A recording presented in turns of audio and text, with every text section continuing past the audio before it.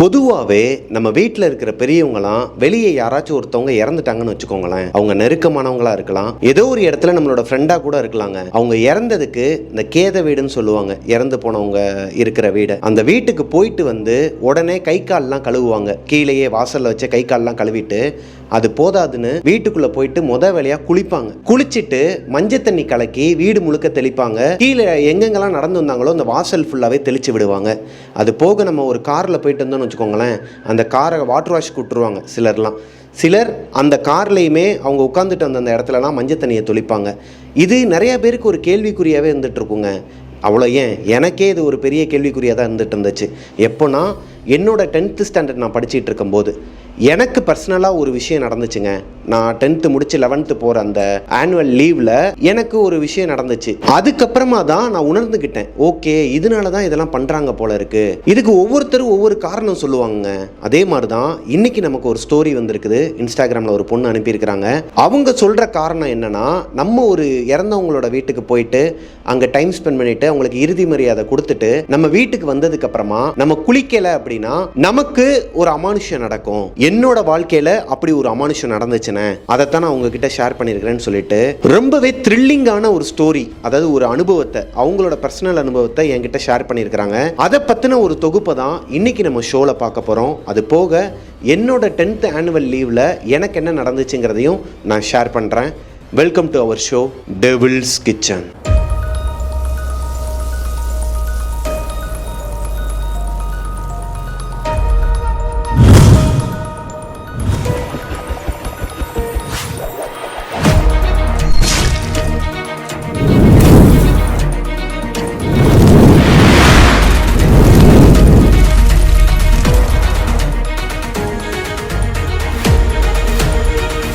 Hello ghosties, நான் உங்களோட பிரபாகரன். இன்னைக்கு நம்ம பார்க்க போகிற ஸ்டோரியை எனக்கு இன்ஸ்டாகிராமில் அனுப்பின பொண்ணோட பேர் தீபாங்க. தீபாக்கு சொந்த ஊருன்னு பார்த்துக்கிட்டிங்கன்னா மதுரை தான். அவங்க சென்னையில் செட்டில் ஆகி கிட்டத்தட்ட 10-15 வருஷம் ஆகுதாங்க. சென்னைக்கு அவங்க கல்யாணம் ஆகி தான் வந்திருக்கிறாங்க. கல்யாணம் ஆகுறதுக்கு முன்னாடி தீபா பிறந்தது வளர்ந்தது 12th ஸ்டாண்டர்ட் வரைக்கும் படித்தது எல்லாமே அங்கே தாங்க, மதுரையில் தானா. அவங்களோட வீட்டில் தீபா, அவங்களோட தம்பி மணி, அவங்க அப்பா அம்மா, இவங்க 4 பேர் தான். தாத்தா பாட்டி 2 பேருமே அவங்களோட சின்ன வயசுலேயே இறந்துட்டாங்களாம். தீபா 12th ஸ்டாண்டர்ட் முடிச்ச கையோடையே அவங்க அப்பாவும் அம்மாவும் சேர்ந்து அவங்க சொந்தக்கார பையனுக்கு அவங்கள வந்து பொண்ணு பேசுறதுக்காக வர வச்சிருக்காங்க வீட்டுக்கு. கரெக்டா பொண்ணு பார்க்க வரவங்க தீபாவை வந்து பொண்ணு பார்த்துட்டு போனதுக்கு அப்புறமா இவங்களோட குடும்பத்துல இவங்களோட பெரியப்பா, அப்பாவோட கூட பிறந்த அண்ணன், அவரு தவறிட்டாரு. திடீர்னு ஹார்ட் அட்டாக் வந்து இறந்துருக்கிறாரு. தீபாக்கு அவங்களோட அப்பாவோட பெரியப்பாவை தான் ரொம்ப பிடிக்கும். சின்ன வயசுல இருந்தே அவங்க பெரியப்பானா அவங்களுக்கு கிரேஸ். எதுனாலுமே தீபாவுக்கு தேவையானதை அவங்க அப்பா கிட்ட கேட்டா வாங்கி தராரோ இல்லையோ, அவங்களோட பெரியப்பா தான் உடனே வாங்கி கொடுத்துருவாராம். அவர் ஃபாரின்ல வேலை பார்த்துட்டு இருக்கும்போது, அந்த டைம்ல, அதாவது இவங்க 10th ஸ்டாண்டர்ட் படிச்சுட்டு இருக்கும்போது துபாய்க்கு போயிருக்கிறாரு. இவங்க 12th முடிக்கும் போது தான் இவங்களுக்கு கல்யாண பேச்சு அடிபடுது. அவங்க அப்பா கிட்ட சொல்றதை விட அவங்க பெரியப்பா கிட்ட தான் சொல்லியிருக்கிறாங்க, எனக்கு வந்து இந்த மாதிரி பொண்ணு பார்க்க வராங்க, எனக்கு பிடிக்கல பெரியப்பா, நான் வந்து காலேஜ் படிக்கணும், இன்னும் நான் வேலைக்கெல்லாம் போகணும்னு சொல்லிட்டு நிறைய கனவுகள்லாம் இருக்குது, அப்பாவும் அம்மாவும் ஏன் இந்த மாதிரி பிஹேவ் பண்ணுறாங்கன்னு எனக்கு தெரில, நீங்கள் கொஞ்சம் சொல்லுங்கன்னு சொன்னதுக்கு நான் சொல்லிடுறேன், ஃபோன்லேயும் சொல்லிடுறேன், அது போக கடமைக்கேன்னு அவங்க வந்து பொண்ணு பார்க்குறது பார்த்துட்டு போகட்டுமா, அப்படி சொந்தக்காரங்களை வந்து வீட்டுக்கு வரவங்கள வரக்கூடாதுன்னு சொல்கிறதுக்கு எனக்கு ரைட்ஸ் கிடையாது, உன்னோட அப்பா வந்து என்னை ஆடிட்டு விட்டுருவாரு, அதனால் அவங்க வந்து பார்த்துட்டு போகட்டும், அடுத்த நாளே வந்து நான் வந்து பேசுகிறேன், சரியா, நானும் கண்டிப்பாக வந்துடுவேன், பொண்ணு பார்க்குற அன்னைக்கு நானும் வந்துடுவேன். ஏன்னா இவங்களை என்னைக்கு பொண்ணு பார்க்க வராங்களோ அதுக்கு 2 நாளைக்கு முன்னாடியே அவர் துபாயிலேருந்து வந்துட்டார், மதுரையில் தான் இருக்கிறார். அப்படி இருக்கும் பட்சத்தில் நானும் அங்கே வந்துடுவேன், நான் பார்த்துக்கிறேன், நீ வந்து எதுவும் ஒரி பண்ணிக்காதுன்னு சொல்லி தைரியம் கொடுத்துட்டு தாங்க ஃபோனை கட் பண்ணியிருக்கிறாரு. ஆனால் பொண்ணு பார்த்த இடத்துல அவங்க பெரியப்பா இல்லை. ரொம்ப நேரமாக திரும்பி பார்த்துக்கிட்டே இருந்திருக்கிறாங்க. இவங்க அப்பா, தீபாவோட அப்பா வந்து யாரை தேடுற அப்படின்னு சொல்லி கேட்கும்போது இல்லை ஒன்றும் இல்லைப்பான்னு சொல்லிட்டு சமாளிச்சிடுறாங்க.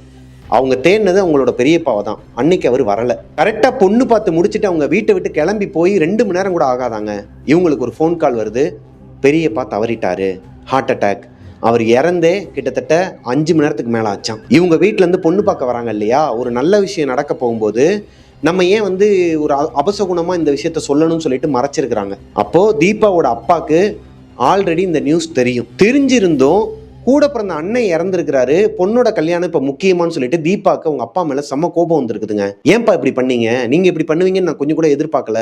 மா அவனுமே, அதாவது இறந்து போனவர் அவங்க பெரியப்பா இருக்கார் இல்லையா, அவனுமே இந்த இடத்துல இருந்திருந்தா, என் இடத்துல இருந்திருந்தா ஒரு தகப்பனா இதைத்தாமா பண்ணியிருப்பான். பெரியப்பா இறந்து போனதை அவங்க பெரியம்மா வந்துட்டு எல்லாருக்கும் போன் பண்ணி சொன்னாதான் தெரியும் இந்த மாதிரி ஒருத்தர் இறந்துட்டாரு அப்படிங்கிறது. அப்படி இருக்கும் பட்சத்துல தீபாவோட அப்பாவுக்கு மட்டும்தான் கால் வந்திருக்கு. அவங்க சொந்தக்காரங்களுக்கு எல்லாம் இதுக்கப்புறம் தான் கால் போக போகுது. இப்ப இந்த பொண்ணை பார்த்துட்டு போனதுக்கு அப்புறமா இவங்களுக்குள்ள பெரிய சண்டை வந்திருக்குதுங்க. ஏன்னா பெரியப்பானா உயிர் தீபாக்கு. இதை மறைச்சிட்டீங்கல்ல என்கிட்ட இருந்து, நான் வந்து இதுக்கப்புறம் உங்ககிட்ட பேசவே மாட்டேன், நான் கல்யாணமும் பண்ணிக்கவே மாட்டேன்னு சொல்லிட்டு பெரிய சண்டை வந்து உடனே பெரியப்பாவை பாக்குறதுக்கு அங்க போயிருக்காங்க அவங்களோட வீட்டுக்கு. இவங்க வீட்டுல இருக்கிறவங்க எல்லாருமே கிளம்பி அடுத்த வண்டியிலே பின்னாடியே வந்திருக்காங்க. எல்லாருமே ஒரே மதுரைக்குள்ளதான், சிட்டிக்குள்ளேயே தான் இருக்கிறாங்க.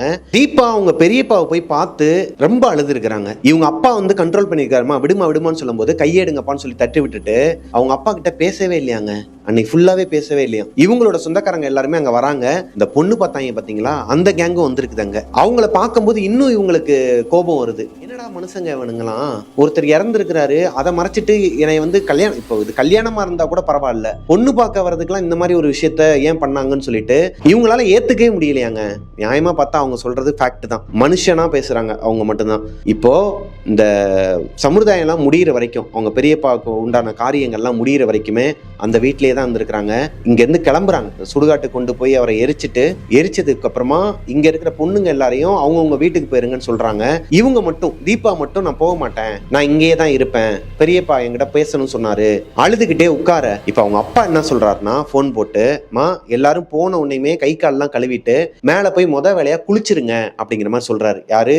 தீபாவோட அப்பா. இப்ப அவர் சொன்ன அந்த வார்த்தைக்கு இவங்க மரியாதை கொடுக்க கூடாது அப்படிங்கிற ஒரு விஷயத்துக்காகவே தீபா குளிக்கவே கிடையாது. காலை மட்டும் கீழே கடமைக்கேன்னு சொல்லிட்டு சும்மா கழுவிட்டு மஞ்சள் தண்ணி கொடுத்தப்ப அதையும் தெளிக்கிற மாதிரி சும்மா பின்னாடி தொளிச்சு விட்டுருக்கிறது, மேல தொளிக்கல. இவங்க சொன்னா நம்ம கேட்கணுமா? இவங்க மட்டும் எல்லாத்தையும் பார்த்து சமுதாயம் இப்படிதான் பண்ணிட்டு இருக்காங்களா? கூட பிறந்தவர் இறந்துருக்கிறாரு, கொஞ்சம் கூட ஈரம் இல்லாம இந்த மனுஷன் இந்த மாதிரி பண்ணிட்டாரு அப்படிங்கிற ஒரு கோபத்தினால எதையுமே ப்ராப்பரா பண்ணாம விட்டுறாங்க தீபா. அன்னைக்கு நைட்டு வரைக்குமே தீபாவோட வீட்டுல ஒரு மாதிரி ஒரு நெகட்டிவ் வைப்ரேஷன் சொல்லுவாங்க இல்லையா. தீபாவோட வீடோட அமைப்பு எப்படி இருக்குன்னா, இவங்க ஒரு தனி வீட்டில் தான் இருக்கிறாங்க.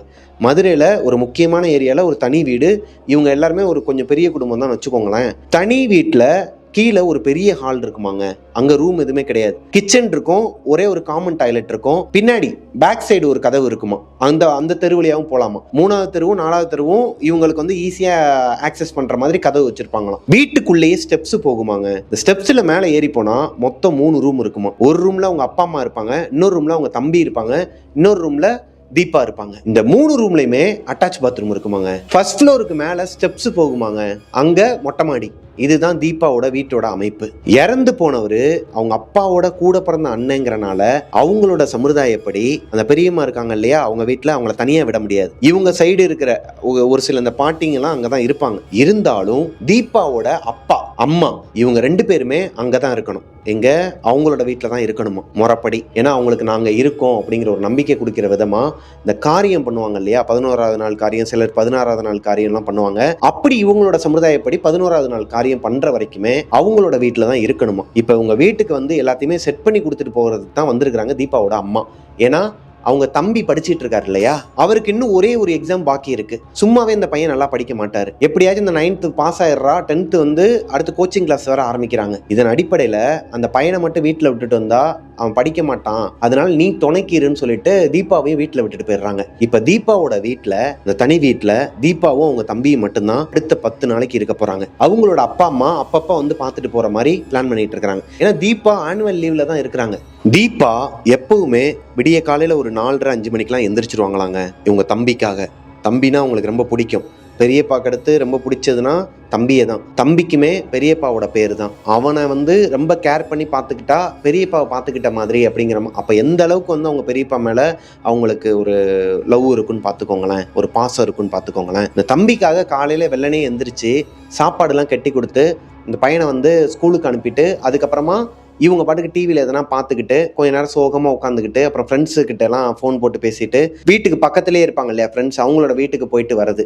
இதுதான் தீபாவோட ரொட்டீனாக இருந்துட்டு இருந்திருக்கு. அப்படித்தான் அன்னைக்கு ஒரு நாள் காலையில், அதாவது அவங்க பெரியப்பா இறந்த 2வது நாள், தீபா மார்னிங் ஒரு 4:30க்குலாம் அலாரம் வச்சு எந்திரிச்சிடுறாங்க. அவங்க தம்பியோட ரூம் டோரை ஓபன் பண்ணி பார்க்கும்போது நல்லா படுத்து தூங்கிட்டு இருக்கிறாரு. சரி ஓகே, கீழே போய் சமைக்கலாம்னு சொல்லிட்டு போனா ஆல்ரெடி காய்கறி கட் பண்றதுக்கு இவங்களோட வீட்டுல அந்த மரக்கட்டையில ஒண்ணு இருக்கும் பாத்திருக்கீங்களா, அது மேல வச்சுதான் காய்கறி கட் பண்ணுவாங்க. அந்த மரக்கட்டைய யாரோ ஒருத்தவங்க சோஃபாக்கு பக்கத்துல இருக்கிற அந்த டீப்பாய் ஒண்ணு இருக்குமா, கண்ணாடியிலேயே செஞ்சு வச்சிருப்பாங்களாம், அது மேல வச்சு யாரோ ஒருத்தவங்க வெட்டிட்டு இருந்திருக்காங்க. பாதி வெங்காயத்தை அரிஞ்சு வச்சிருக்காங்க, மீதியை மட்டும் கட் பண்ணாம மேலேயே கத்தி வந்து அதுல குத்தி வச்சிருக்காங்க. இவங்களுக்கு ஒரு மாதிரி தூக்கி போட்டுருக்குதுங்க. என்னடா அது, மெயின் டோர் க்ளோஸ்ல இருக்கு, பேக் டோரும் க்ளோஸ்ல தான் இருக்கு, வீட்டுக்குள்ள யாருமே இல்ல. தீபாவோட தம்பி மணி அசந்து தொங்கிட்டு இருக்கிறாரு. இப்ப இவங்க என்ன நினைச்சுக்கிறாங்கன்னா, ஒருவேளை மணி தான் வந்து நமக்கு ஹெல்ப் பண்றேங்கிற பேர்ல கீழே வந்து கட் பண்ணிட்டு கொஞ்ச நேரத்துல கண்ணு கலங்குதுன்னு சொல்லிட்டு மேல போயிட்டானா, இல்ல நம்மளே நைட்டு ஏதோ ஒரு ஞாபக மறதியில வெட்டி வச்சுட்டு அப்படியே வந்துட்டோமா. சரி ஓகே, வந்த அசதியில அந்த பையனுக்கு ஸ்கூலுக்கு வேற டைம் ஆயிரும், பேய் வேலையை ஆரம்பிக்கணும்னு சொல்லிட்டு ரெஃப்ரெஷ் ஆக ஆரம்பிச்சிருக்காங்க. அந்த இடத்துல இருந்து அந்த கத்தியவோ அந்த வெங்காயத்தையோ எதையுமே தொடலை, அப்படியே தான் இருக்குது. அங்கே இருந்த மாதிரியே பார்த்துட்டு நேராக ரெஸ்ட் ரூம் போகிறாங்க. ரெஃப்ரெஷ் ஆகிட்டு வெளியே வந்து பார்க்கும்போது அவங்க பார்த்த இடத்துல அந்த கட்டையும் இல்ல, வெங்காயமும் இல்ல, மேல அந்த கத்தியும் இல்ல, எல்லாமே அது இடத்துல இருக்குது. ஆனால் இவங்களுக்கு நல்லா தெரியுமாங்க, கொஞ்ச நேரத்துக்கு முன்னாடி நடந்ததே வேற. இவங்களே ஷாக் ஆகி குளிச்சுட்டு வர வரைக்குமே இதை பத்தின யோசனை தான் தீபாவோட மைண்ட்ல ஓடிட்டு இருக்கு. ஒருவேளை கற்பனையா இருக்குமோ, நம்ம தேவையில்லாம ரொம்ப கொஞ்சம் டென்ஷனா இருக்கிறனாலையும் ப்ரெஷர்ல இருக்கிறனால நமக்கு இப்படிலாம் தோணுதா, அதை அப்படியே விட்டுறாங்க. அன்னைக்கு காலையில சமைக்க ஆரம்பிக்கிறாங்க. அவங்க தம்பிக்கு வந்து சாப்பாடு கட்டி கொடுத்துட்டு தம்பிய வீட்டுல இருந்து அனுப்பி விட்டுறாங்க. இப்போ டிவி பார்க்கலாம்னு சொல்லிட்டு அதே சோஃபால போய் அவங்க உட்காரும் போது, இப்ப சோஃபால போய் நம்ம உட்கார்றோம்னு வச்சுக்கோங்களேன், யாரோ ஒருத்தவங்க நமக்கு முன்னாடியே சோஃபால உட்கார்ந்துருக்காங்கன்னா அவங்க மேல போய் நம்ம உட்கார்ந்தோம்னா நமக்கு நல்லாவே ஃபீல் ஆகும். அந்த மாதிரி அவங்க போய் உட்காரும் போது யாரோ ஒருத்தவங்க உட்கார்ந்து இருக்கிறாங்க ஆல்ரெடி. ஆனால் கண்ணுக்கு யாருமே தெரியல, அந்த இடத்துல யாருமே இல்ல. உட்காரும் போது தான் அவங்களுக்கு தெரியுது அங்க வேற யாரோ ஒருத்தவங்க உட்கார்ந்து இருக்கிறாங்க. தூக்கி போட்டுருக்குதுங்க தீபாக்கு. தீபா மட்டும்தான் வீட்டுல இருக்கிறாங்க. மெயின் டோர் க்ளோஸ்ல இருக்கு, பேக் டோரும் க்ளோஸ்ல இருக்கு, தம்பியும் வீட்டுல இல்ல. இவங்களுக்கு எப்படிங்க இருக்கும், ஒரு மாதிரி படபடன்னு வந்திருக்குது. டிவி ஆன் பண்ணிட்டு தான் உட்கார போயிருக்காங்க. அப்போது இந்த சம்பவம் நடந்திருக்குது. டிவி வால்யூம் ஆட்டோமேட்டிக்கா இன்க்ரீஸ் ஆயிருக்குது. இவங்களுக்கு ஒரு மாதிரி பயம், முகம்லாம் வேர்த்து கொட்டி டிவியை போய் ஆஃப் பண்றாங்க. ஆஃப் பண்ணிட்டு மெதுவா கிட்டக்க வந்து இந்த சோஃபா மேல யாரோ உட்காந்துருந்தாங்க இல்லையா, அந்த இடத்த தொட்டு பார்க்கும் போது யாருமே இல்லையா. ஆனால் அவங்க உட்காரும் போது ஃபீல் ஆயிருக்குது யாரோ ஒருத்தவங்க மேலதான் உட்காந்துருக்கோன்ட்டு. இதுவும் கற்பனையா இல்லையே.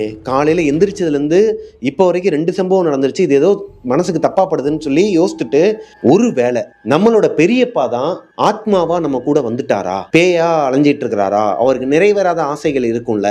ஏன்னா கடைசி ஆசையா நம்ம தான் கேட்டிருக்கிறோம், பெரியப்பா நான் படிக்கணும், நான் வேலைக்கு போகணும், இதெல்லாம் பண்ணணும்னு சொல்லிட்டு நான் சொல்லியிருக்கிறேன், அப்பா கேட்கல, கல்யாணம் பண்ணிக்கிறதுக்கு எனக்கு இன்ட்ரெஸ்ட் இல்லைன்னு சொல்லியிருக்கிறாங்க அவங்க பெரியப்பா கிட்ட தான். ஒருவேளை அவங்க பெரியப்பா தான் இவங்களுக்கு உதவுறதுக்காண்டி வந்துட்டாரா, பெரியப்பா நீங்க இங்க தான் இருக்கீங்களா அப்படின்னு சொல்லிட்டு கேட்குறாங்க. எந்த ஒரு ரெஸ்பான்ஸுமே இல்லை. இப்போதான் தீபாவுக்கு ஒரு ஐடியா வருதுங்க. அவங்களோட ஃப்ரெண்டு ஒரு பையன் இருக்கிறானா, லைக் நம்ம ரிச்சுவல் மூவி எடுத்தேன் பார்த்தீங்களா, பைலட் எடுத்தோம் பார்த்தீங்களா, இதே மாதிரி அதில் ராகுல்னு ஒரு கேரக்டர் வரும். அதே மாதிரியே இங்க யஷ்வந்த்னு ஒரு பையன் இருக்கிறான். இந்த யஷ்வந்த்ங்கிற பையன்கிட்ட ஃபோன் போட்டு கேட்குறாங்க, இந்த செத்து போனவங்களோடலாம் எப்படிடா கம்யூனிகேட் பண்ணுறது, நான் அவங்க கூட பேசணும் அப்படிங்கிற மாதிரி கேட்கும்போது, ஏன்னா அவங்க அந்த பையனோட அப்பா, அவங்களோட பெரியப்பா, சித்தப்பா எல்லாருமே அவங்க வீட்டில் பேய் ஓட்டுவாங்களாம். அவங்க அப்பாவுக்கு வந்து அந்த பேய் ஓட்டுறது, இந்த ஜாதகம் பார்க்குறது எல்லா வேலையுமே பார்ப்பாராம். அவர்கிட்ட கேட்டு இந்த பையனுமே வந்து நிறைய விஷயங்கள்லாம் பார்க்குறான் இல்லையா அவங்க அப்பா கூட உட்காந்து, அதனால இந்த மாதிரியான விஷயங்கள்லாம் பண்ணால் இறந்து போனவங்களோட கம்யூனிகேட் பண்ண முடியும் அப்படிங்கிறது அந்த பையனுக்கு தெரியும். இப்போ அந்த பையன்கிட்ட கேட்ட உடனேயும் அந்த பையன் ஒரு ஓஜா போர்டை எடுத்துட்டு இவங்களோட வீட்டுக்கு வந்திருக்கிறான். இவங்க வீட்டில் தீபா, யஷ்வந்த் இவங்க 2 பேர் தான். ஓஜா போர்டு விளாடுறதுக்கு மொத்தம் 4 பேர் தேவை. ஆனால் இவங்க என்ன சொல்றாங்கன்னா, அந்த பையன் என்ன சொல்லியிருக்கிறாருன்னா 2 பேர் விளாட முடியும், 2 பேர் மட்டும் ஓஜா போர்டு விளாட முடியுமா. இது எனக்கே தெரியாது, உங்களுக்கு தெரிஞ்சிருந்துச்சுன்னா கீழே கமெண்ட்ல சொல்லுங்க. இப்போ அந்த ஓஜா போர்டை ப்ளே பண்ண ஆரம்பிக்கிறதுக்கு முன்னாடி யஷ்வந்த் சில விஷயங்கள்லாம் தீபா கிட்ட சொல்லியிருக்கிறார். இங்க பார், நீ ஏன் இண்டிவிஜுவலா இதுக்கப்புறம் முடிவெடுக்க கூடாது, எதனா ஒரு சத்தம் கேட்டாலோ இல்லை எதனா ஒரு டிஸ்டர்பன்ஸ் இருந்தாலோ அதுல நீ டிஸ்ட்ராக்ட் ஆகக்கூடாது, என்னை கேட்டு தான் முடிவெடுக்கணும், இது எல்லாத்துக்கும் ஓகேனா சொல்லு, இந்த விஷயத்தை நம்ம ஆரம்பிக்கலாம்னு சொல்லிட்டு ஆரம்பிச்சிருக்கிறாருங்க. அதாவது இந்த காயின்கிட்ட வந்து கேட்பாங்க இல்லையா, இங்கே யாராவது இருக்கீங்களா இல்லையா அப்படின்னு சொல்லும்போது எஸ் ஆர் நோன்னு வரணும். இந்த எஸ்ஸும் வராமல் நோவும் வராமல் காயின் அசையாமல் அப்படியே இருந்திருக்குது. 2 பேரோட கண்ணுமே அந்த காயின் மேலே தான் இருக்குது. இந்த டைம் பார்த்து அவங்க வீட்டில் இந்த பழைய மோட்டருங்க, இப்போ இருக்கிற மோட்டர்லாம் சவுண்டே வராது. ஆனால் இந்த பழைய மோட்டர்லாம் பயங்கரமாக சத்தம் வரும். போட்டோன்னா நம்ம வீட்டில் மோட்ரு போட்டோன்னா அடுத்த வீட்டுக்கு அலாரம் மாதிரி, சொல்லப்போனால் அந்த ஏரியாக்கே அலாரம் மாதிரி எல்லாரும் எந்திரிச்சிருவாங்க, அறாவனுங்க காலங்காத்தாலன்னு. அந்த மாதிரி ஒரு மோட்ரு தான் தீபாவோட வீட்டில் இருக்குது, பழைய மோட்ரு. அந்த பழைய மோட்ரு இருக்கு இல்லையா, அந்த மோட்ருக்கு ஹாலில் இருந்து இந்த பின்னாடி பேக் சைடு போகிற ஒரு டோர் இருக்கணும் இல்லையா, அதுக்கு முன்னாடியே ஹாலை ஒட்டி தான் சுவிட்ச் இருக்குமா. சுவிட்ச் போர்டு வந்து அதுக்கு அங்கே தான் இருக்குதான். ஆனால் அந்த சுவிட்ச் போர்டு க்ளோஸ்ல இருக்கு. சுவிட்சே போடாம எப்படி மோட்டர் ஓடுற சத்தம் கேட்கும்? இப்போ என்ன பண்ணிருக்காங்கன்னா, தீபா படக்குன்னு எந்திரிக்கிறதுக்கு ட்ரை பண்ணிருக்காங்க. இந்த பையன் பிடிச்சிருக்கிறார் யஷ்வந்த். நான் உங்ககிட்ட என்ன சொன்னேன், என்ன வேணாலும் நடக்கலாம், நீ வந்து என்னை கேட்காம முடிவெடுக்காதுன்னு சொன்னா இல்லையா, எதுக்கு எந்திரிக்கிற, உட்காரு அப்படின்னு சொல்லியிருக்கிறாரு. தீபாக்கு ஹார்ட் பீட்லாம் ஒரு மாதிரி ரைஸ் ஆக ஆரம்பிக்குதுங்க. இந்த டைம்ல மறுபடியும் இங்க யாருன்னா இருக்கீங்களா இல்லையா, நான் வந்து இந்த கேள்வியை உங்ககிட்ட மறுபடியும் கேட்கக்கூடாதா, ஏன்னா நீங்கள் ஆல்ரெடி ஒரு சிக்னல் கொடுத்துட்டீங்க அப்படின்னு சொல்லும் போது எஸ்ன்னு போய் நின்றுருக்குதுங்க காயின். இப்படியும் கொடுப்பாங்களாம் ஓஜா போர்டில். காயின் போய் நிற்கணும்னு அவசியம் கிடையாது. நம்மளை சுற்றி இருக்கிற அட்மாஸ்பியர், அந்த நம்மளை சுற்றி இருக்கிற இடத்துல இருக்கிற ஒரு பொருள் மூலமா நம்மக்கிட்ட கம்யூனிகேட் பண்ணுவாங்களாம், நான் இருக்கிறேன் அப்படிங்கிற மாதிரி. இப்போ அடுத்த கேள்வியை ரைஸ் பண்ணுறாங்க, நீங்கள் ஒரு ஆம்பளையா இல்லை பொம்பளையா அப்படின்னு சொல்லி கேட்குறாரு. ஆம்பளைனா எஸ்ல போய் நில்லுங்க, இல்லைன்னா நோல போய் நில்லுங்க அப்படிங்கிற மாதிரி கேட்கும்போது அமைதியாக இருந்திருக்குதுங்க. இடமே ஒரு மாதிரி மயான அமைதியாக இருக்குது. ஒருத்தருக்கு ஒருத்தர் பார்த்துக்கிறாங்க. ஆனால் 2 பேருக்குமே அந்த ஹார்ட் பீட் ரைஸ் ஆகி பயம் இருக்குது. யஷ்வந்த் வெளியே காட்டிக்கல, தீபா மட்டும் வெளியே காட்டிக்கிறாங்க. இந்த நேரம் பார்த்து பயங்கரமாக ஒரு சத்தத்தோட அங்கே அவங்க அம்மாவோட ஒரு ஃப்ரேம் இருக்குமா ஹால்லையே, டிவிக்கு மேலே, டிவி டேபிளுக்கு பக்கத்துலேயே மேலே அவங்க அம்மாவோட ஒரு ஃபோட்டோ இருக்குமா, பழைய ஃபோட்டோ. அது கீழே விழுந்து நொறுங்கி இருக்குதுங்க.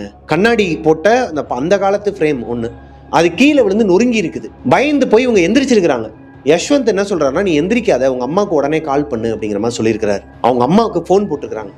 இந்த மாதிரி வீட்டில் நாங்கள் ஓஜா போர்டில் ஆடுறோம், வீட்டில் ஏதோ ஒரு அமானுஷம் இருக்குது, எதையுமே தீபா அவங்க அம்மா கிட்ட ஷேர் பண்ணலை. ஆனால் அவங்க அம்மாவுக்கு ஃபோன் மட்டும் போடுறாங்க. ரொம்ப நேரமாக அவங்க அம்மா எடுக்கவே இல்லை. லாஸ்ட் ரிங்கில் சரி கட் பண்ணிடலாம், ஏதோ பிஸியாக இருக்காங்க போலான்னு சொல்லிட்டு இவங்க கட் பண்ண போகும்போது அவங்க அம்மா ஃபோன் அட்டன் பண்ணுறாங்க. அவங்க அம்மா ஃபோன் அட்டன் பண்ணி, என்னாச்சுமா, உனக்கு எல்லாம் ஓகே தானே, நார்மலாக அங்கே போகுதான்னு சொல்லி கேட்டுட்டு இருக்கும்போதே ஃப்ராக்ஷன் ஆஃப் த செகண்டில் அவங்க அம்மா கத்திருக்கிறாங்க. ஐயோன்னு சொல்லிட்டு கத்திருக்கிறாங்க. அங்கே இருந்தவங்க எல்லாருமே கத்திருக்கிறாங்க. வெளியே ஏதோ பயங்கரமாக ஒரு சத்தம் வேற கேட்டிருக்குது. என்னாச்சுமான்னு சொல்லி கேட்க அவங்க அம்மா ஃபோனை கட் பண்ணிட்டு போயிருக்காங்க. இப்போ அழுதுகிட்டே யஷ்வந்த் கிட்ட சொல்றாங்க, யஷ்வந்த் வாடா, நம்ம எங்க பெரியப்பா வீட்டுக்கு போய் எங்க அம்மாக்கு ஏதோ ஆயிடுச்சுன்னு நினைக்கிறேன், எனக்கு பயமா இருக்கு, இரு பொறுமையாரு, ஒன்றும் ஆகாது, எனக்கு என்னவோ தப்பா படலை, கொஞ்சம் வெயிட் பண்ணு, நான் நினைக்கிறது கரெக்டாக இருந்துச்சுன்னா உங்க அம்மாவுக்கு எதுவும் ஆயிருக்காது, வெயிட் பண்ணு அப்படிங்கிற மாதிரி சொல்லியிருக்கிறாரு. அவர் சொல்லலாம், ஆனால் இவங்களோட அம்மா இல்லையா, ரொம்ப ஒரு மாதிரி உறுத்தலாவே இருந்திருக்குது. கிட்டத்தட்ட ஒரு 5 நிமிஷத்துக்கு அப்புறமா அவங்க அம்மா ஃபோன் பண்றாங்க.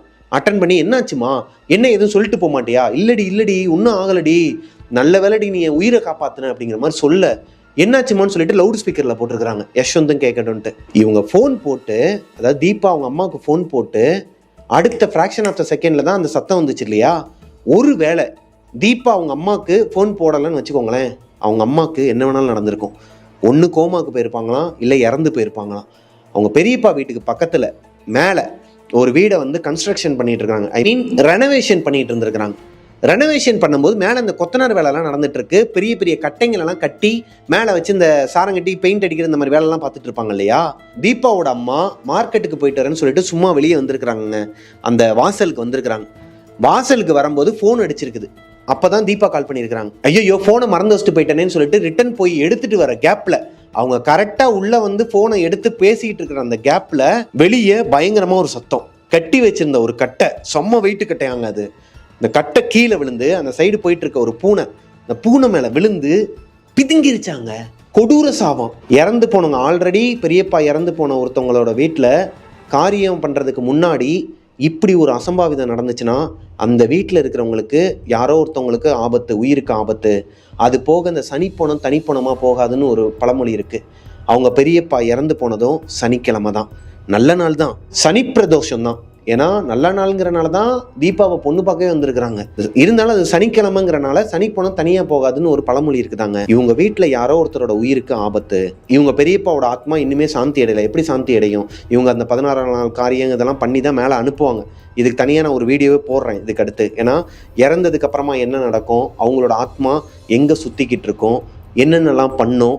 அது போக ஒவ்வொரு மதத்துக்கும் ஒவ்வொரு மாதிரியான முறைகள், சடங்குகள், ஒவ்வொரு மதத்தில் இருக்கிற ஆத்மாக்களுமே, அந்த இறந்து போனவங்களோட ஆத்மாக்கள் என்ன பண்ணுங்கிறத நான் தனியாக ஒரு வீடியோ போடுறேன். இப்போ இந்த கதையில் இவங்க எல்லாருக்குமே ஒரு டவுட் என்னென்னா, அவங்க பெரியப்பாவோட ஆத்மா இன்னுமே கீழே தான் சுற்றிக்கிட்டு இருக்கு. இது எல்லாரையும் யாரோ ஒருத்தரை காவு வாங்க போகுது அப்படிங்கிற ஒரு மைண்ட் செட்டுக்கே வந்துடுறாங்க. இந்த டைமில் தான் இங்கே யஷ்வந்த் என்ன சொல்கிறாருன்னா, ஃபோனை கட் பண்ணிடு, உங்கள் அம்மா போனாங்கல்ல, ஃபோனை கட் பண்ணுன்னு சொல்லி சிக்னல் கொடுக்குறாரு. ஃபோனை கட் பண்ணிவிட்டு அழுகுறாங்க தீபா. ஒரு வேளை எங்கள் பெரியப்பா மட்டும் இங்கே வந்து நமக்கு இந்த அறிகுறியை காட்டலைன்னா எங்கள் அம்மாவுக்கு என்ன வேணாலும் நடந்திருக்கும்ல. ஒரு வேளை நம்ம இன்னைக்கு இந்த ஓஜா போர்டை விளாட்லனா, அதாவது யஷ்வந்தை வீட்டுக்கு கூப்பிடாமே இருந்திருந்தா கூட இன்னைக்கு அவங்க அம்மாவுக்கு என்ன வேணாலும் நடந்திருக்கலாம். அதான் ஃபேக்ட். அதைத்தான் தீபா என்ன சொல்கிறாங்கன்னா, இதெல்லாம் நடக்கணும்னு இருந்திருக்குது, நல்ல வேலை, கடவுள் புண்ணியத்தில் எங்கள் அம்மா வந்து பொழைச்சிட்டாங்க அப்படின்னு சொல்லிட்டு மறுபடியும் இந்த இடத்துல கண்டினியூ பண்ண ஆரம்பிக்கிறாங்க. நீங்கள் ஒரு ஆம்பளையா பொம்பளையான்னு சொல்லி கேட்டாங்க இல்லையா, ஆம்பளைனா எஸ், பொம்பளைனா இல்லை, நோவில் வந்து நில்லு. காயின் நோல போய் நிற்குதுங்க. இப்போதான் தீபாவுக்கு ஒரு மாதிரி தூக்கி போடுது. அப்போ வந்தது தீபாவோட பெரியப்பாவோட ஆத்மா இல்லையா, வேற யாரோட ஆத்மா தான் இவங்க வீட்டுக்கு வந்திருக்குதா? அந்த ஆத்மா ஏன் இவங்க அம்மாவை காப்பாற்றணும்? எதுக்கு இவங்களுக்கு வந்து இந்த மாதிரி ஒரு அறிகுறியை கொடுக்கணும், அம்மாவுக்கு கால் பண்ண சொல்லி? ஒண்ணுமே புரியல. மறுபடியும் கண்டினியூ பண்றாங்க. இப்போ மறுபடியும் அடுத்த கொஸ்டினை ரைஸ் பண்றாருங்க யஷ்வந்த். அப்போ நீங்க இவங்களோட பெரியப்பா கிடையாதா, தீபாவோட பெரியப்பா கிடையாதான்னு சொன்னா எஸ்ல போய் நின்றுக்குது காயின். ஓகே, அப்ப நீங்க யாரு, உங்களோட பேர் என்னன்னு சொல்லி கேட்டப்போ 3 வார்த்தை மட்டும், ANU, அனு. அணுங்கிற பேர்ல தீபாக்கு நிறைய பேர் இருக்கிறாங்க, ஃப்ரெண்ட்ஸ் இருக்கிறாங்க, ஃபேமிலியில் இருக்கிறாங்க, எவ்வளோ பேர் இருப்பாங்க. முக்கியமாக மதுரையில் அணுங்கிற பேரில் நிறைய பேர் இருப்பாங்க. இது நானே பர்சனலாக ஃபீல் பண்ணியிருக்கிறேன். என்னோட ஃப்ரெண்ட்ஸ் சர்க்கிளாக இருக்கட்டும், ஃபேமிலி சர்க்கிளாக இருக்கட்டும், அணு திவ்யா அந்த மாதிரி தான் வைப்பாங்க பேர். ஸோ அணுங்கிற ஒரு இந்த 3 எழுத்து, இந்த 3 லெட்டரை மட்டும் வச்சுக்கிட்டு நீங்கள் யாருங்கிறது எங்களுக்கு எப்படி தெரியும், எதனா ஒன்று எங்களுக்கு கம்யூனிகேட் பண்ணுங்க, நீங்கள் யாருங்கிறத எங்களுக்கு தெரிவிங்கன்னு சொல்லிட்டு இருக்கும் போதே காலிங் பெல்ல யாரோ ஒருத்தவங்க அமைக்கிருக்கிறாங்க. என்னமோ எதுன்னு சொல்லிட்டு தீபா எந்திரிச்சு ஓடி போய் பார்த்தா தீபாவோட அப்பா. இவங்க எதிர்பார்க்கவே இல்லை. யஷ்வந்த் அவங்களோட வீட்டுக்குள்ள பார்த்தாருன்னா அவங்க அப்பா என்ன பண்ணுவாரு, என்ன நினைப்பாரு? அது ஊர் சைடு, மதுரை சைடு. இவங்க உள்ள பண்ணிட்டு இருக்கிற இந்த ஓஜா போர்டு விளாண்டுட்டு இருக்கிறாங்கிறது இவங்களுக்கு மட்டும் தான் தெரியும், அவங்க அப்பாவுக்கு தெரியாது இல்லையா. அவசரமா வேமா ஓடி வந்து பின்வாசல் இருக்கு இல்லையா, அது வழியா யஷ்வந்த் வந்து நீ கிளம்பு, ஓஜா போர்டு எல்லாத்தையும் எடுத்துக்கிட்டு நீ கிளம்பு, நம்ம நாளைக்கு பார்த்துக்கலாம், இல்லை நான் ஃபோன் பண்ணுறேன், அப்பா போனோடனே ஃபோன் பண்ணுறேன்னு சொல்லிட்டு பின்வாசல் வழியாக அவரை அனுப்பி விட்டுட்டு முன்வாசல் வந்து கதவை திறந்து அவங்க அப்பா கிட்ட நார்மலாக பேசியிருக்கிறாங்க. ஏமா இவ்வளோ நேரம், அப்பா ரெஸ்ட் ரூமில் இருந்தேன்ப்பா, சரிப்பான்னு சொல்லிட்டு உள்ளே வந்து பார்த்தப்ப அவங்க அப்பாவுக்கு ஷாக்கு. என்னம்மா அம்மாவோட ஃபோட்டோ கீழே போட்டு உடச்சி வச்சிருக்கிற? இதுக்கு நடுவில் இந்த மோட்டர் இருக்குது பார்த்தீங்களா, இது எப்போ ஆஃப் ஆச்சுங்கிறதே இந்த பொண்ணு கவனிக்கலையாங்க தீபா. ஏன்னா அதை விட பயங்கரமான இந்த மாதிரி விஷயங்கள்லாம் போய்கிட்டு இருக்கு இல்லையா அவங்க வீட்டில். அவங்க அம்மா வந்து ஆபத்துலேருந்து தப்பிச்சது, இந்த வீட்டில் அவங்க பெரியப்பாவோட ஆத்மாவை தவிர்த்து வேற யாரோ ஒருத்தவங்க தான் இவங்க கூட பேசிகிட்டு இருக்காங்கங்கிறது, இப்படி பல குழப்பத்தில் அவங்க அந்த மோட்டர் விஷயத்தையே மறந்துட்டாங்க. அவங்க அப்பா உள்ளே வந்து அவங்க அம்மாவோட ஃபோட்டோ உடஞ்சிருக்குன்னு கேட்கும் போது தான் இந்த பொண்ணுக்கு ஞாபகம் வந்து அந்த பக்கம் பார்க்குறாங்க, மோட்ரு ஆஃபில் தான் இருக்குது. இப்போது ஒன்றும் இல்லைப்பா, நான் பாத்ரூமில் இருக்கும்போது சவுண்டு கேட்டுச்சு, நான் நீங்கள் கதவை தட்டுறீங்கன்னு சொல்லிட்டு வேமா ஓடி வந்துட்டேன், இப்போ தான் தெரியுது அம்மாவோட ஃபோட்டோ தான் கீழே விழுந்து உடஞ்சிருக்குன்ட்டு. சரிம்மா ஒன்றும் இல்லைம்மா, நீ வந்துட்டு கிளம்பு அப்படின்னு இருக்கிறாரு. ஏன்பா நான் இங்கேயே இருக்கிறேன்? இல்லை நீ கிளம்புமா, தம்பியும் வந்து அங்கே கூப்பிட்டுக்கலாம், தம்பிக்கு தான் ஒரு டெஸ்ட் இன்னைக்கூட முடியுதுல, அதுக்கு தான் லாஸ்ட்டு பரீட்சைக்கு தான் அவர் போயிருக்கிறார். அந்த டெஸ்ட் முடிஞ்சு வந்தோடனையும் அவனை நேராக நான் கூட்டு வந்துடுறேன், ஸ்கூல்லேருந்து கூட்டு வந்துடுறேன், நம்ம பெரியப்பா வீட்டுக்கு போயிடலாம், எல்லாருமே அங்கேயே இருக்கலாம் அப்படிங்கிற மாதிரி சொல்ல இவங்களோட மனசுக்குள்ள என்ன தோணுதுன்னா, வந்த ஆத்மா யாரு, எதனால இவங்க அம்மாவை காப்பாற்றணும், அது என்ன சொல்ல வருது இவங்க கிட்ட? அப்போ இவங்க வீட்டில் ஆல்ரெடி ஒரு ஆத்மா கூட தான் இவங்க இத்தனை நாளாக வாழ்ந்துகிட்டு இருக்கிறாங்களா? இவங்க பெரியப்பாவோட ஆத்மா எங்கே போச்சு? அவர் ஒருவேளை ஆத்மா சாந்தி அடைஞ்சு மேலேயே போயிட்டாரா? ஒன்றுமே புரியல. இப்படி பல கேள்விகளுக்கு விடை தெரியணும்னா இந்த வீட்டில் தான் இந்த பொண்ணு இருந்தாகணும். எப்படியாச்சும் அவங்க அப்பாவை சமாளிக்கலாம்னு ட்ரை பண்ணுறாங்க, முடியலைங்க. அவங்க அப்பா அந்த பொண்ணை கூப்பிட்டுட்டு அவங்க பெரியப்பா வீட்டுக்கே போயிடுறாரு. இவங்க யஷ்வந்த்துக்கு மெசேஜ் அனுப்பிடுறாங்க, நான் வீட்டில் இல்லை, நான் வந்து இந்த மாதிரி எங்கள் பெரியப்பா வீட்டுக்கு போகிறேன், இதை விட்டுரு, இதுக்கப்புறம் நீ நானும் இதை பற்றி பேச வேணான்னு சொல்லி மெசேஜ் அனுப்பிட்டு அதையும் டெலிட் பண்ணியிருக்கிறாங்க. இப்போது இவங்க அம்மா இந்த பெரியப்பா வீட்டுக்கு போனதுக்கப்புறமா அவங்க அம்மா வந்து ஒரு மாதிரி பித்து பிடிச்ச மாதிரி உட்காந்துருக்குறாங்க. அதாவது இந்த பேய் பிடிச்சவங்களுக்கு ஸ்டார்டிங் ஸ்டேஜ்னு சொல்லுவாங்க. இந்த கண்ணுக்கு கீழே லைட்டாக கருவளையம் வரும், முடியெல்லாம் வந்து வாராமையே ஒரு மாதிரி உட்காந்துருப்பாங்க. நீங்களுமே உங்களோட வீட்டில் இந்த மாதிரி எதனா ஆக்டிவிட்டிஸ் இருந்துச்சுன்னா தெரிஞ்சுக்கலாம். இது காமனாக நடக்கிற ஒரு விஷயந்தான். இதை பெரிய பெரிய பேய் ஓட்டுறவங்க கிட்டே நான் கேட்டிருக்கிறேன். நான் நிறைய விஷயங்கள்லாம் வந்து போய் பார்த்துருக்கிறேன். அந்த மாதிரி பார்க்கும்போது கேட்கும்போது அவங்க சொன்னது இதுதான். இந்த தலையை வந்து ஒழுங்காக வார மாட்டாங்க, எப்போ பார்த்தாலும் விரிச்சு போட்டே தான் உட்காந்துருப்பாங்க. தலையை வாரி அந்த முடியெல்லாம் வந்து கீழே போடுவாங்க. யாராச்சும் ஒருத்தவங்க நடு வீட்டில் உட்காந்து தலையை வாரி கீழே அந்த முடியெல்லாம் போடுவாங்களா? போடுவாங்க. இந்த மாதிரி ஆட்கள்லாம் போட்டுட்டு அதை கூட்டவும் மாட்டாங்க, அதை எடுக்கவும் மாட்டாங்க, அங்கனே தான் கிடக்கும், வீடு முழுக்க முடியா கிடக்கும். இது போக அவங்களோட பார்வை ஒரே இடத்த வச்ச கண்ணு எடுக்காம இப்படியே பார்த்துக்கிட்டு இருப்பாங்க, இப்படியே பார்த்துக்கிட்டு இருப்பாங்க. அவங்களுக்கு கண்ணு சிமிட்டவே சிமிட்டாது. ஏசி உங்கள் வீட்டில் இருக்குன்னு வச்சுக்கோங்களேன், ஏசியை 18 வச்சுட்டு அந்த ஏர் ஃப்ளோ அதிகமாக வச்சு அவங்க கண்ணுக்கு நேராக வச்சு பாருங்க, அவங்க கண்ணு அசையவே அசையாது. நார்மல் பீப்புளாக இருந்தாங்கன்னா கண்ணு லைட்டாக கூசும், கண்ணு கலங்குன்னு சொல்லிட்டு ஒரு தடவை படக்குன்னு இப்படி அடிப்பாங்க. ஆனால் இந்த மாதிரி பொசஸான ஆட்கள் கண்ணை சிமிட்டவே மாட்டாங்க, கண்ணை ஒரே இடத்துல தான் வச்சுருப்பாங்க. அவங்கள பார்த்தாலே 2 நிமிஷத்துக்கு மேலே பயம் வரும். நமக்கு ஒரு 2 நிமிஷம் அவங்க கண்ணை வச்ச கண்ணை எடுக்காமல் பார்த்தோன்னா பயம் வரும். இந்த சிம்டம்ஸ் எல்லாமே அவங்க அம்மா கிட்ட பார்த்துருக்குறாங்க தீபா. தீபாவுக்கு இந்த மாதிரி விஷயங்கள்லாம் தெரியாது. அவங்க அம்மா ஏதோ நார்மலாக இந்த பதட்டத்துலேருந்து வெளியே வராமல் உட்காந்துருக்குறாங்க போல். பூனை பிதுங்கி போய் குடல் குந்தெல்லாம் வெளியே வந்து செத்து போச்சுன்னா எப்படிங்க இருக்கும்? அந்த இடத்துல அவங்க அம்மா இருக்க வேண்டியவங்க. அவங்க அம்மா தலையில் விழுந்து என்ன வேணாலும் நடந்திருக்கும், மூளை கூட பிதுங்கி வெளியே வந்திருக்கலாம். அந்த அளவுக்கு ஒரு விஷயத்துலேருந்து வெளியே வந்தவங்களோட மைண்ட் செட் எப்படி இருக்கும்? அதனால தான் அவங்க அம்மா அப்படி இருக்கிறாங்க போல நினச்சிட்டு அவங்க அம்மாவை கட்டி பிடிச்சிட்டு பக்கத்துலேயே போய் உட்காந்துருக்குறாங்க. ரொம்ப நேரம் ஆகியும் அவங்க அம்மா எந்திரிக்கவே இல்லை. தீபா பேசுகிறதுக்கும் ரெஸ்பான்ஸ் பண்ணவே இல்லை. ஈவினிங் ஆகிடுது. மணி ஸ்கூல்லேருந்து அவங்க அப்பா கூட்டு வந்துடுறாரு. அவங்க பெரியப்பா வீட்டில் இவங்களோட சொந்தக்கார பாட்டிங்க ஒரு 2 பேர், சொந்தக்காரங்க ஒரு 2 பேர், 4, தீபா, மணி, அவங்களோட அப்பா அம்மா, மொத்தம் 8 பேர். அந்த அவங்களோட இறந்தவரோட வைஃப் இருக்காங்க இல்லையா, அவங்க இறந்தவரோட பையன் ஒருத்தர் இருக்கிறாராம் இவருக்கு, அதாவது தீபாவோட அண்ணன். இவங்க 10 பேர் தாங்க அவங்க வீட்டில் இருக்கிறாங்க. திடீர்னு ஒரு சத்தம், பயங்கரமாக அவங்க அம்மா கத்திக்கிட்டு தீபாவை அப்படி தள்ளி விட்டுட்டு, அதாவது மடியில் படுத்துருக்குறாங்க தீபா, அவங்களை அப்படியே ஒரு மாதிரி தூக்கி போட்டுருக்குறாங்க. அவங்க அம்மா அவ்வளோ புஷ் பண்ணி தள்ளணும்னு அவசியமே கிடையாது. அந்த இடத்துல ஒரு மாதிரி புஷ் பண்ணி தூக்கி போட்டுருக்குறாங்க. பொண்ணை தூக்கி போட்டுட்டு வேமா ஓடுறாங்களாம் அவங்க பெரியப்பா ரூம்குள்ள. அவங்க பெரியப்பா ரூம்குள்ள போயிட்டு கதவு மூடிக்கிட்டாங்களாம். கதவு மூடிக்கிட்டு உள்ள உட்காந்து அழுகுறாங்களாங்க, கத்தி கத்தி அழுகுறாங்களாம். தீபாவோட அப்பா, அந்த இடத்துல இருக்கிறவங்க சொந்தக்காரங்க எல்லாருக்குமே ஒரு மாதிரி ஆடி போயிருக்குது, ஈரக்குள்ளையே நடுங்குதும்பாங்க இல்லையா, அந்த அளவுக்கு. நல்லா இருந்த ஒரு பொம்பளை ஏன் இப்படி பண்ணணும்னு சொல்லிட்டு எல்லாருமே போயிட்டு கதவு உடைக்கிறதுக்கு ட்ரை பண்ணியிருக்காங்க. பின்னாடி போயிட்டு அந்த ஜன்னலையும் தட்டு தட்டுறாங்க, அவங்க திறக்கவே இல்லையா. திடீர்னு கதவு திறக்கிற சத்தம் கேட்டிருக்குது. இவங்க போய் உடைக்கிறதுக்கு, கதவை உடைக்கிறதுக்கு, இந்த வீட்டில் இந்த பொண்ணுங்க வயசுக்கு வந்துட்டாங்கன்னா மதுரை சைடு, இந்த ஊர் கிராமத்து சைடுலாம் ஒரு கட்டை வச்சிருப்பாங்க, உலக்கும்பாங்க. இந்த உலக்கை எடுத்துட்டு வந்திருக்கிறார் இறந்து போனவரோட பையன், உடைக்கலாம்னு சொல்லிட்டு கதவை. அப்போ பார்த்து அந்த கதவை வந்து ஓப்பன் பண்ணுற சவுண்டு கேட்குது. டோரும் ஓப்பன் ஆகுது. உள்ளே போய் பார்த்தா அவங்க அம்மா இல்லை. ஒரு கட்டில் இருக்குமா, இரும்பு கட்டில், அதில் தான் பெரியப்பா படுத்து தூங்குவாரான் எப்பயுமே. அந்த கட்டிலுக்கு அடியில் மயக்கம் போட்டு கிடக்குறாங்களாம். லைக் நார்மலாக ஒருத்தவங்க படுத்து தூங்குனாங்கன்னா எப்படி இருக்கும், தலகாணிலாம் போட்டு போர்வையை விரித்து, அந்த மாதிரி போர்வையெல்லாம் அழகாக கட்டில் கடியில் விரித்து தலகாணியை வச்சு படுத்து தூங்குறாங்களாம். அவங்க ஃபேஸ் அந்த பக்கம் செவத்தை பார்த்த மாதிரி திரும்பி படுத்துருந்துருக்குறாங்க. இவங்களுக்கு ஒன்றுமே புரியலை. படுக்கிறவங்களா இருந்தால் மேலே கட்டிலில் ஏறி படுக்கலாம், மேலே தானே படுக்கணும், எதுக்கு அடியில் படுக்கணும்? 1, எதுக்கு கத்திக்கிட்டு தன்னோட பொண்ணை தூக்கி போட்டு அந்த ரூம்குள்ளே ஓடணும்? 2, எதுக்கு கதவை திறக்காம அழுதுகிட்டு இருக்கணும் உள்ள உட்காந்து? 3, இதுக்கெல்லாம் விட தெரியாம மா எந்திரிமா, மா ராணி, மா எந்திரிமான்னு சொல்லிட்டு தீபாவோட அப்பா எழுப்பும்போது அவர் கையை பிடிச்சி கடிச்சிருக்கிறாங்க. கையை பிடிச்சி கடிச்சது மட்டும் இல்லாம ரத்தம் வர அளவுக்கு கடிச்சு வச்சிருக்கிறாங்க.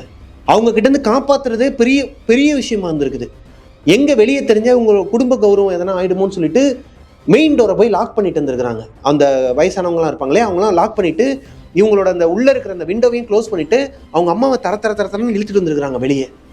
உட்கார வச்சா அவங்க அம்மா பேசவே மாட்டாங்களாங்க, யாரு கூடயும் பேசவே மாட்டாங்களாம். அப்படியே ஒரு மாதிரி முறைச்சிக்கிட்டே உருன்னு ஒரு மாதிரி தலையை ஆட்டிக்கிட்டு இருக்கிறாங்களாம். இப்போதான் தீபா அவங்க அப்பா கிட்டையும் மற்றவங்க கிட்டையும் நடந்த விஷயத்த ஷேர் பண்றாங்க.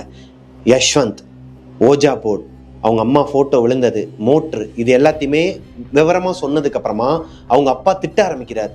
ஆனால் அங்கே கூட இருந்தவங்க எல்லாருமே என்ன சொல்கிறாங்கன்னா, இங்கே பாரு, திட்டாத, அவள் வந்து நல்ல விஷயத்த தான் சொல்கிறா, சரியா? ஒருவேளை அவள் ஃபோன் போடலன்னா உண்மையாகவே இவளுக்கு என்ன வேணாலும் நடந்திருக்கும், முதல்ல அந்த பையனை கூப்பிடுங்க அப்படின்னு. அந்த பையனும் வரான், யஷ்வந்தும் வரான், யஷ்வந்தோட அப்பாவும் வராரு. அவங்க அப்பா தான் அந்த பேய் விட்டுறவர் இல்லையா. 2 பேரையும் பெரியப்பா வீட்டுக்கு கூப்பிட்டு வராங்க. வந்ததுக்கு அப்புறமா ஓஜா போர்டு அந்த மாதிரிலாம் கிடையாதுங்க, டைரெக்டாகவே அவங்க அம்மா கிட்ட வந்து பேச ஆரம்பிக்கிறார். ஒரு சில ரிச்சுவல் விஷயங்கள்லாம் பண்ணி வீட்டில் இந்த மந்திரம் பண்ணுவாங்க இல்லையா, யாகம் வளர்க்குற மாதிரி, அந்த மாதிரி சின்னதாக ஒன்று பண்ணி அவங்க அம்மா கிட்ட பேச ஆரம்பிக்கிறாங்க. வந்திருக்குது அவங்க அம்மாவோட உடம்புக்குள்ளே வந்திருக்குது தீபாவோட பெரியப்பா. தீபாவோட பெரியப்பா தான் அவங்க அப்பாவோட கையை பிடிச்சி கடிச்சு ரத்தம் வர அளவுக்கு கடிச்சிருக்கிறாங்க. இது போக அவங்க ஏதோ ஒரு விஷயத்த கம்யூனிகேட் பண்ண வராங்க. உன் ஆத்மா ஏன் சாந்தி அடையலை, இன்னும் கொஞ்ச நாளில் நீ வந்து உனக்கு உண்டான விஷயங்கள்லாம் நான் பண்ணிடுவோம், எனக்கு அது முக்கியம் இல்லை, நான் சொல்ல வர விஷயத்த வந்து சொல்லணும் இவங்க கிட்டலாம், அதனால தான் நான் வந்தேன். அதை வந்து இவன் மேலே நான் கோபத்தில் இருக்கிறேன். யாரு? தீபாவோட அப்பா மேலே கோபத்தில் இருக்கிறேன். எனக்கு இவன்கிட்ட எப்படி அதை சொல்லன்னு தெரில, அதனால தான் நான் பிடிச்சி கடிச்சு வச்சிட்டேன் அப்படிங்கிற மாதிரி சிரிச்சுக்கிட்டே சொல்கிறாங்களாம். இந்த அண்ணன் தம்பிங்க எல்லாம் சின்ன வயசில் விளாண்டுட்டு இருக்கும்போது பிடிச்சி கடிச்சு வச்சிருவாங்க, கையை கடிச்சு வச்சிருவாங்க, கழுத்தை கடிச்சு வச்சுட்டு சிரிப்பாங்க. எனக்கு வந்து மிட்டாய் கொடுக்க மாட்டேன்னா அதனால தான் நான் அவன் கையை பிடிச்சி கடிச்சு வச்சிட்டேன். இதெல்லாம் நடந்திருக்குதுங்க எங்கள் வீட்லேயும். நான் எங்கள் அண்ணன் கையெல்லாம் கடிச்சு வச்சிருக்கிறேன் சின்ன வயசில். ஒரு 4th ஸ்டாண்டர்ட் அந்த மாதிரி படிக்கும்போது கடிச்சு வச்சிருக்கிறேன். எனக்கு ஒரு விஷயம் கிடைக்கல, சைக்கிள் கொடுக்க மாட்டான்னு சொல்லிட்டு கடிச்சு வச்சிருக்கிறேன். அந்த மாதிரி விளையாண்டுட்டு சிரிச்சிருக்கிறாருங்க. கேட்டா தீபாவுக்கு இப்போ கல்யாணம் பண்ணி வைக்க கூடாது, தீபா படிக்கணும், அவ வேலை பார்க்கணும், அவளோட ப்ரொஃபஷன் வந்து இந்த ஐடியில் வந்து போகணுங்கிறது அவளுக்கு கனவு, அதை வந்து இவன் தடுக்கிறான். நான் இவன்கிட்ட ஆல்ரெடி அதை சொல்லியிருக்கிறேன். எதிர்பாராத விதமாக எனக்கு செகண்ட் அட்டாக், ஆல்ரெடி அவருக்கு ஒரு அட்டாக் வந்திருக்குது. செகண்ட் அட்டாக் வந்து எனக்கு எதிர்பாராத விதமாக வந்தனால நான் இறந்துட்டேன். இது எனக்கு உறுத்தலாவே இருந்துச்சு. இது மட்டும் நடக்கலைன்னா என்னோட ஆத்மா சாந்தியே அடையாது, நான் இவ உடம்புல தான் இருப்பேன்னு இருக்கிறேன். அதாவது தீபாவோட அம்மாவோட உடம்புல தான் இருப்பேன்னு சொல்லி மிரட்டி இருக்கிறாருங்க. இப்ப தீபாவோட அப்பா என்ன சொல்ல முடியும்? இந்த இடத்துல சத்தியம் பண்ணி கொடுக்குறாரு. இந்த ஊர் சைட்லலாம், இங்கெல்லாம் எப்படின்னு தெரியல, ஊர் சைட்லலாம் வந்துட்டு இந்த சூடம் பொருத்தி தேங்காயிலேயோ இல்லை தட்டில் வந்து ஒரு சத்தியம் பண்ணிட்டாங்கன்னு வச்சுக்கோங்களேன், அதை மீறவே மாட்டாங்க. அதை மீறின அது மேலே வந்து ஒரு பயம் இருக்கும். இன்னொன்று அது ஒரு இதாகவே இருக்கும், ஒரு ஹேபிட்னே வச்சுக்கோங்களேன் அவங்களுக்குலாம். அந்த மாதிரி டைப் தான் இவரும், தீபாவோட அப்பாவும். சூடம் ஏற்றி சத்தியம் அடித்து இந்த மாதிரி என் பொண்ணை வந்து நான் கல்யாணம் பண்ணி கொடுக்க மாட்டேன், அவளா என்னைக்கு என்கிட்ட வந்து கல்யாணம் பண்ணி வைக்க சொல்கிறாளோ அன்னைக்கு தான் நான் கல்யாணம் பண்ணி வைப்பேன்னு சொல்லிட்டு சத்தியம் பண்ணி கொடுத்தனையும் தீபாவோட அம்மாவோட உடம்புல இருக்கிற அந்த ஆத்மா, பெரியப்பாவோட ஆத்மா போயிடுச்சாங்க சிரிச்சுக்கிட்டே. நான் இங்கே தான் இருப்பேன், நான் வந்து மேலே போயிட்டேன்னு நினைக்காத, நீ இந்த சத்தியத்தை மட்டும் மீறினா நான் என்னைக்காதாலும் நான் வருவேன்னு சொல்லிட்டு போயிட்டாராம். இதோட முடியலைங்க.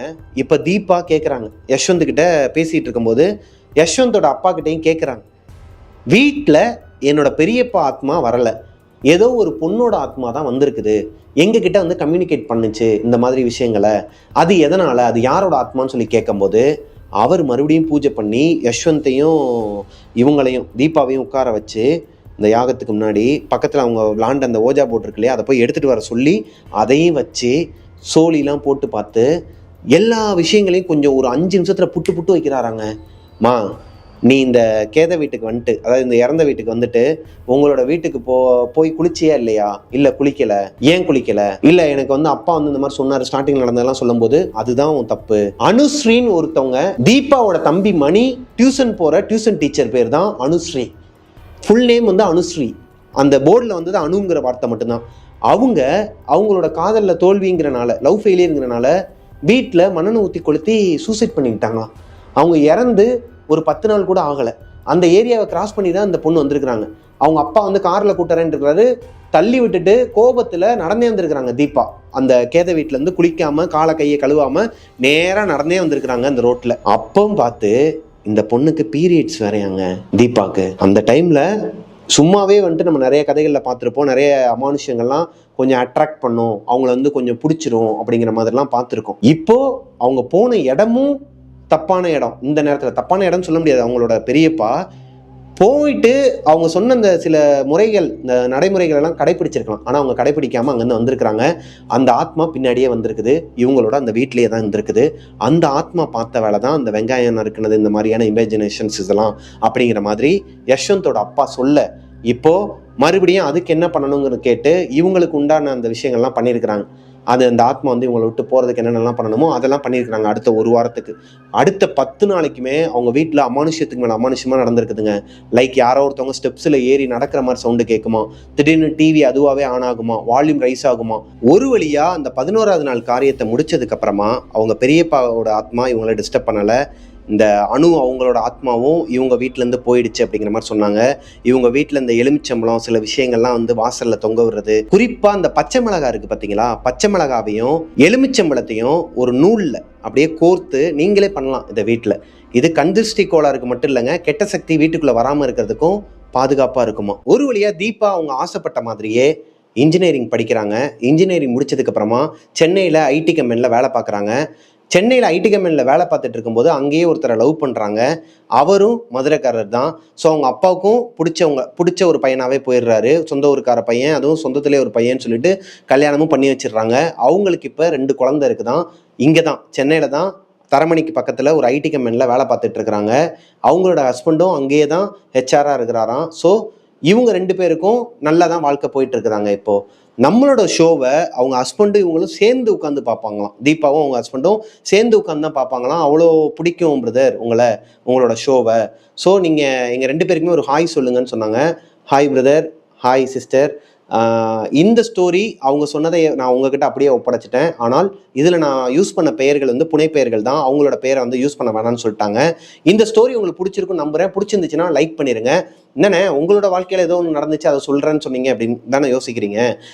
ஆக்சுவலாக 10th ஸ்டாண்டர்ட் நான் படிச்சுட்டு இருக்கும்போது இதே மாதிரியே என்னோட தாத்தா ஒருத்தர், எனக்கு மொத்தம் 10 தாத்தாங்க, அதாவது சொந்தத்தில் இருப்பாங்க இல்லையா, அந்த மாதிரி ஒரு பெரிய குடும்பம்னு வச்சுக்கோங்களேன்.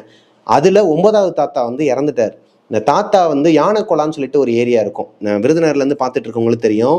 யானைக்கொலாவில் அந்த ஏரியாவில் ஒரு வீட்டில் எங்கள் தாத்தா அவர் இறந்துட்டாரு. அவரோட வீட்டுக்கு போயிட்டு நான் ரிட்டர்ன் வரும்போது கை கால் எதுவுமே கழுவாமல் குளிக்காமல் நான் வந்துட்டேங்க. அதாவது எங்கள் அம்மா சொல்லுவாங்க நீ குளிச்சிடணும், வீட்டுக்கு போனோடனே வந்து குளிச்சிடணும்னு சொல்லி எங்கள் அப்பாவும் சொல்லுவாங்க, அம்மாவும் சொல்லுவாங்க. அதை மதிக்காமல் எங்கள் அண்ணன் அக்காவும் போய் குளிச்சிருவாங்க. நான் வந்து குளிக்காமல் அதோடையே ஒரு கிரவுண்டு ஒன்று இருக்கும், இந்த VHNSN காலேஜ்னு சொல்லிட்டு, செந்தில்குமார் நாடார் காலேஜ்னு சொல்லிட்டு ஒரு காலேஜ் இருக்கும். அந்த காலேஜில் தான் நான் BCA படித்தேன் 1 இயர். அப்புறம் டிஸ்கண்டினியூ பண்ணிட்டு வந்துட்டேன்னு வச்சுக்கோங்களேன். அங்கே போகிற வழியில் ஒரு பார்க் இருக்கும். இப்போ விருதுநகர்லேருந்து பார்த்துட்டு இருக்கவங்களுக்கு தெளிவாக தெரியும் நான் எந்த பார்க் சொல்கிறேன்னு. அந்த பார்க்கு ஒரு மாதிரி ரவுண்டான பார்க் மாதிரி இருக்கும், உள்ளே உடச்சி போட்டு ஃபுல்லாக சூப்பராக இருக்கும். அங்கே தான் கிரிக்கெட் விளாடும். அந்த இடத்துல போய் கிரிக்கெட் விளாண்டுட்டு இருந்தேங்க. நான் கிரிக்கெட் விளாண்டுட்டு இருக்கும்போது என்ன யாரோ ஒருத்தவங்க பின்னாடி இருந்து தொடுற மாதிரி ஒரு ஃபீல் இருந்துச்சு. நான் கூட இந்த பயவுலையை தான் கிரிக்கெட் விளாடும்போது வந்து தட்டி கொடுப்பானுங்க இல்லையா, பிடிக்கலனா இல்லை எதனா பண்ணலன்னா வந்து தொடுவானுங்களா, அந்த மாதிரி தான் நினச்சிட்டு இருந்தேன். ஆனால் அந்த இடத்துல எனக்கு பின்னாடி யாரோ ஒருத்தர் இருந்திருக்கிறாங்க. அதை நான் கவனிக்கவே இல்லை. என்னோட ஃப்ரெண்டு ஒருத்தன் பார்த்துட்டு என்கிட்ட சொன்னான், உனக்கு பின்னாடி ஒரு மாதிரி ஷேடோ மாதிரியான ஒரு உருவத்தை நான் பார்த்தேன்டா அப்படிங்கிற மாதிரி சொன்னான். எப்போனா அங்கே வச்சே சொல்லலை மூதேவி, வீட்டுக்கு வந்ததுக்கப்புறம் தான் சொன்னான். நைட்டு ஒரு 7-7:30 மணி இருக்கும். அப்போ சொன்னான், இந்த மாதிரி உனக்கு பின்னாடி ஒருத்தவங்கள பார்த்தேன். அவன் சொன்னனாலேயா என்னவான்னு எனக்கு தெரில, அன்றைக்கி நைட்டு முழுக்க எனக்கு கெட்ட கெட்ட கனவாக தாங்க வந்துச்சு.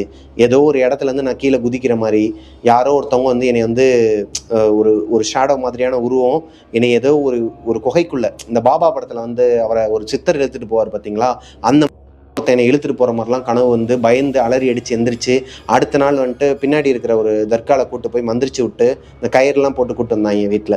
அந்த மாதிரி ஆயிடுச்சு எனக்கு. கிட்டத்தட்ட இவங்களோடதும் என்னோடதும் சேம் தான், ஆனால் இவங்களுக்கு கொஞ்சம் பயங்கரமாக நடந்திருக்கு. ஸோ இந்த 2 ஸ்டோரியுமே உங்களுக்கு பிடிச்சிருக்குன்னு நினைக்கிறேன். உங்களோட வாழ்க்கையில இதே மாதிரி எதனா ஒரு அமானுஷம் நடந்திருக்குது, அதை என்கிட்ட ஷேர் பண்ணணும்னு நினச்சிங்கன்னா பிரபாகரன் அஃபிஷியல் மிஸ்டர் பிரபாகரன்கிற இன்ஸ்டாகிராம் ஐடிக்கு எனக்கு வந்து இன்பாக்ஸ் பண்ணுங்கள் உங்களோட ஸ்டோரிஸை. அண்டு ஸ்பாட்டிஃபை ஆல்ரெடி நான் போன ஸ்டோரியிலே சொல்லியிருந்தேன். ஸ்பாட்டிஃபைல டெவில்ஸ் கிச்சன் நீங்கள் சர்ச் பண்ணாலே நம்மளோட இது மிஸ்டர் பிரபாகரன் வந்து நிற்கும், என்னோட ஃபோட்டோ இருக்கும் அதில். ஸோ ஃபாலோ பண்ணாதவங்க ஸ்பாட்டிஃபைல போய் ஃபாலோ பண்ணிக்கோங்க. நீங்கள் அதில் வீடியோவாகவும் பார்க்கலாம், ஆடியோவாகவும் ஹேர் பண்ணலாம். நிறைய பேர் லாங் ட்ரைவ்லாம் போகும்போது ஜாலியாக கேட்டுக்கிட்டே போகலாங்க. ஸோ இதோட இந்த ஸ்டோரி முடிஞ்சிருச்சு. நெக்ஸ்ட் ஒரு சுவாரஸ்யமான ஸ்டோரியோட உங்களை மீட் பண்ணுற வரைக்கும் பாய். மிஸ்டர் பிரபாகரன் யூடியூப் சேனலை சப்ஸ்கிரைப் பண்ணிடுங்க, பக்கத்தில் இருக்க பெல் ஐக்கானை தட்டி விட்டுருங்க.